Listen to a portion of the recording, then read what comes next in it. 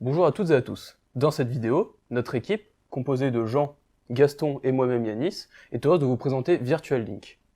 Virtual Link est un site d'information et de sensibilisation sur l'impact des réseaux sociaux sur nos liens sociaux. Notre projet pédagogique de première année d'informatique devrait répondre au thème informatique et liens sociaux.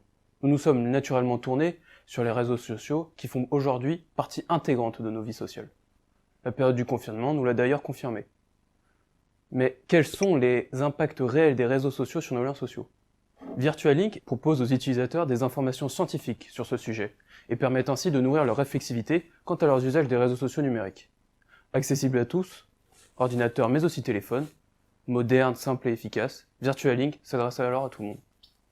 Le contenu de ce site s'appuie sur les différentes recherches des sciences humaines et sociales, dont notamment l'étude Impact des réseaux sociaux sur la sociabilité, le cas de Facebook, qui s'intéresse au réseau social le plus connu au monde.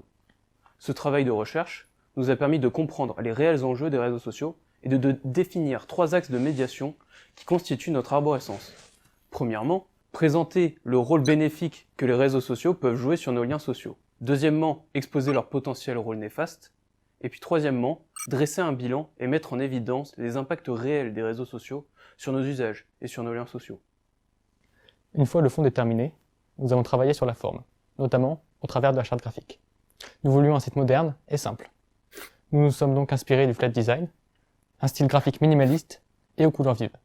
Ce style convient parfaitement au développement d'un site web, car il est très facilement adaptable à n'importe quel format. Pour les couleurs, nous avons opté pour une palette pastel, puis nous avons associé chaque axe à une couleur dominante. Verte pour le rôle bénéfique, rouge pour le rôle néfaste et jaune pour le bilan. Nous avons travaillé les différents logos à partir de ce code couleur, à part pour le logo principal du site. En effet, le logo principal devrait représenter le thème général du site, sans prendre parti pour l'un ou l'autre des axes abordés. C'est pourquoi nous avons choisi le globe terrestre et la forme en bulle de chat, mettant l'accent sur la globalisation des usages des réseaux sociaux et sur leur influence sur nos communications. À partir de cette idée graphique générale, nous avons entamé le travail de maquettage du site, toujours dans un souci de simplicité et de modernité. Pour réaliser nos maquettes et mettre en forme nos différentes idées, nous avons utilisé l'outil Figma. Figma nous a permis d'interagir simultanément avec nos croquis, de faire des tests. Notre principale difficulté étant l'adaptation du contenu avec les éléments graphiques sans altérer le style et l'esthétique du site. À force d'essais, nous sommes parvenus à un résultat qui satisfaisait l'ensemble de l'équipe et nous avons pu commencer le développement du site.